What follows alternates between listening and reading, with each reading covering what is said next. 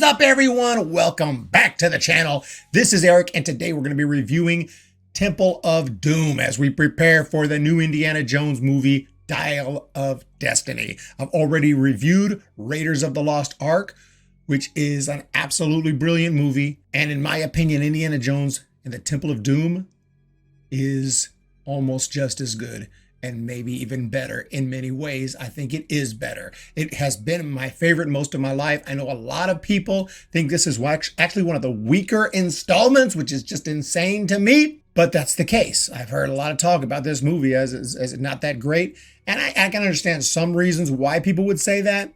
For me, those reasons don't apply, and I'll get into all of that. But Indiana Jones and the Temple of Doom is actually a prequel. It is a prequel to Raiders of the Lost Ark, and you don't even have to really know that, because honestly, I think the movie does a great job of not retreading what Raiders did, not trying to put a lot of fan service in there. Even though it's a second movie in the franchise, I've still seen many times second movies just try to repeat what the first movie did and try to just have a lot of callbacks to the first movie, and you're already relying on fan service in the second movie. It happens. Not here. Steven Spielberg took this movie in a completely different direction. There are almost no callbacks, or no little winks or nods to Raiders. The one, which doesn't happen till towards the end, which is actually pretty cool, is when you see he has a chance to just, where the guys come out with a sword and he has a chance to just, like he did in the first movie, where he takes out the gun and just whatever, just, and one of the most hilarious moments in that first movie. But in this point, he doesn't have to have his gun with him. It's like, uh-oh. So that's a little callback to the first one, but that's just one, and it was actually pretty funny. And you're like, oh yeah, from the first. That's fine. That's fine, as long as it's not like constantly reliant on fan service and callbacks, and it's not a movie of its own. Not the case at all with with Temple of Doom.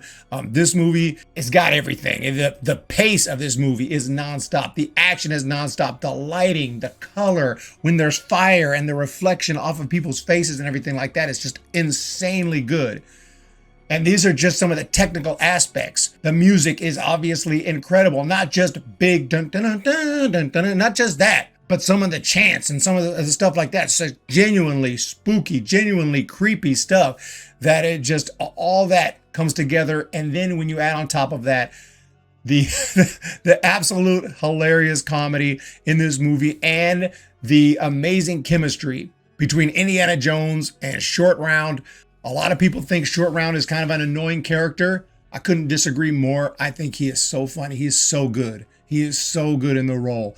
And some of the funniest moments when they argue, or when Short Round gets mad, like the one point in the movie where Indiana Jones said, just stand up against the wall, okay? Like, not going to cause any harm doing that. So he stands up against the wall, kind of puts his hands in his pocket, and then he initiates some kind of trap or some kind of booby trap.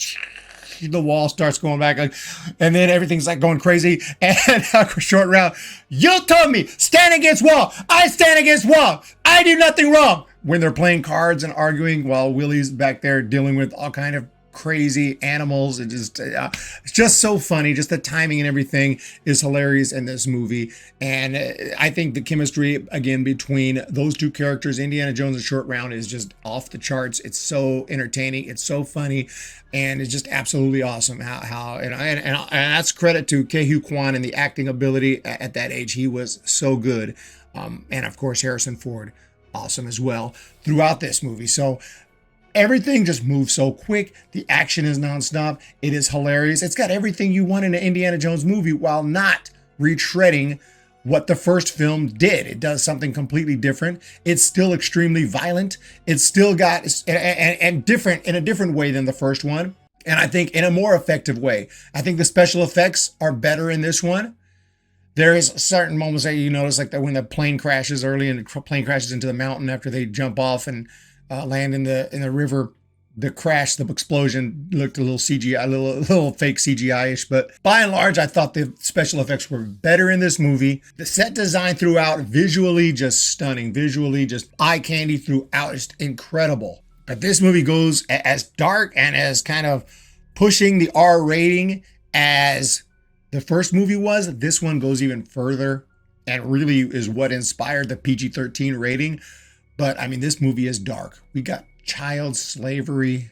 We got hearts being ripped out of chests. Indiana Jones being forced to drink blood, Indiana Jones turning straight up evil. I mean, this movie is just, I mean, it goes dark. It's still a very funny movie. It knows when to be funny and when to be freaking scary.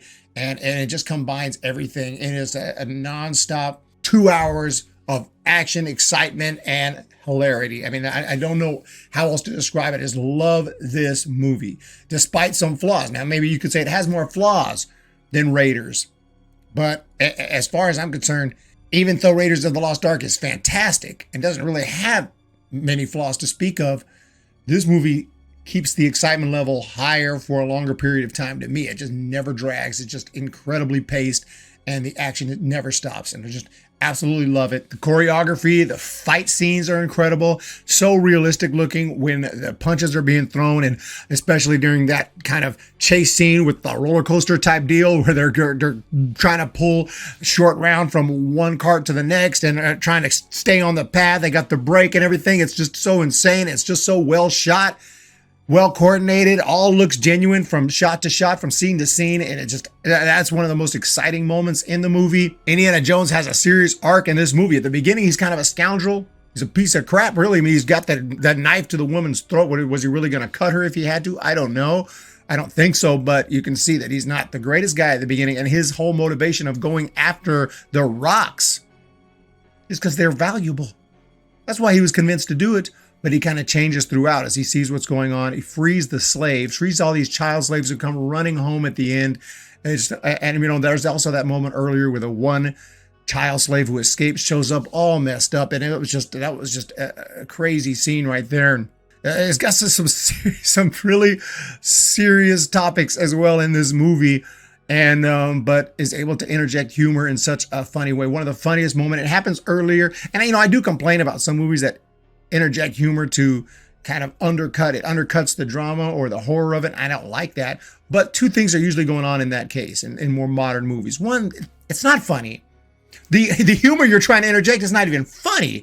So yes, you are undercutting the drama and the horror of it, and you're taking away that for jokes that aren't funny at all. So I'm not laughing, and I'm definitely not horrified. So you got nothing. That's what we see in newer movies. But secondly, the timing of it. I mean, they'll do it like in final scenes, and scenes that are like, this is a serious moment that we've been waiting for in the movie, talking about newer movies. In Temple of Doom, they do that more at the beginning. There's a scene where, of course, Short Round and Indiana Jones are trapped. The ceiling is coming down. It's going to crush them. They can only rely on Willie, who's not the most reliable character. More on her in a moment, but they can only rely on her. He's yelling at her. He's got one little window we can look through, and the point where the ceilings get lower and lower. They're about to get smashed. She's all freaking out because of the bugs, and the music is hitting hard. And the way he looks through there, it's so realistic and hilarious. That's the thing. They don't try to make a joke that would never be made in that situation. They don't try to interject a joke that nobody would say when they're about to die. Instead, he looks in there and says, "We are going to die." Like, dude, pull the lever. Do you not understand the predicament we are in here? But it is done in such a hilarious way. So you're laughing because you know they're not going to die because it's early in the movie. But at the same time, it's hilarious. It is kind of horrifying and kind of scary, but the laughter overrides it. And it's okay because it's that funny. It's that well done. And it's just awesome. Now, if that was the final scene of the movie, I would still think it's funny. It was like, man, I mean, they probably should have made it a little more serious than that for a final epic, conclusion. Whereas in this case, this was earlier in the movie again. So we knew they weren't going to die, but still, it was so funny. It was so well done.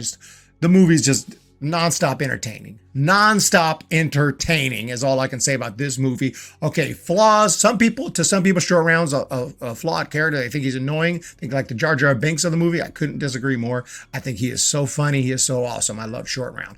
Willie, on the other hand, can get pretty freaking annoying.